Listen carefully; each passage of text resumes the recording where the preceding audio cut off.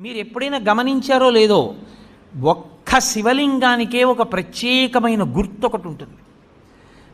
మీరు ఎప్పుడైనా చూడండి, అన్ని శివలింగాల మీద ఉండదు అలాగా. మీరు కొన్ని శివాలయాల్లోకి వెళ్ళినప్పుడు శివలింగం దగ్గరికి వెళితే దాని మీద కొన్ని గీతలు ఉంటాయి ఇలాగా. అది ఏమిటో తెలుసా గీత?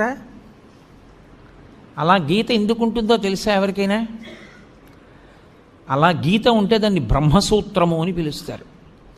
అలా గీత ఉండేవని గుర్తు. 1000 మాటలు ఓ శివాలయంలోకి వెడితే నీకు ఎంత ఫలితమో, అలా గీతలు ఉన్నటువంటి శివలింగం ఉన్న గుళ్ళోకి వెడితే అంత ఫలితం. విశేషమైన ఆరాధనీయము అని గుర్తు. అలాంటి శివలింగం ఉన్న గుడిలోకి వెడితే తప్పకుండా మీరు మీ ద్రవ్యాన్నో, మీ బలాన్నో, మీ సంపత్తినో, మీ పాటనో, మీ పద్యాన్నో, మీ కష్టాన్నో అక్కడ వినియోగించాలి. శివలింగం మీద గీతలు కనపడ్డాయనుకోండి, బ్రహ్మసూత్రం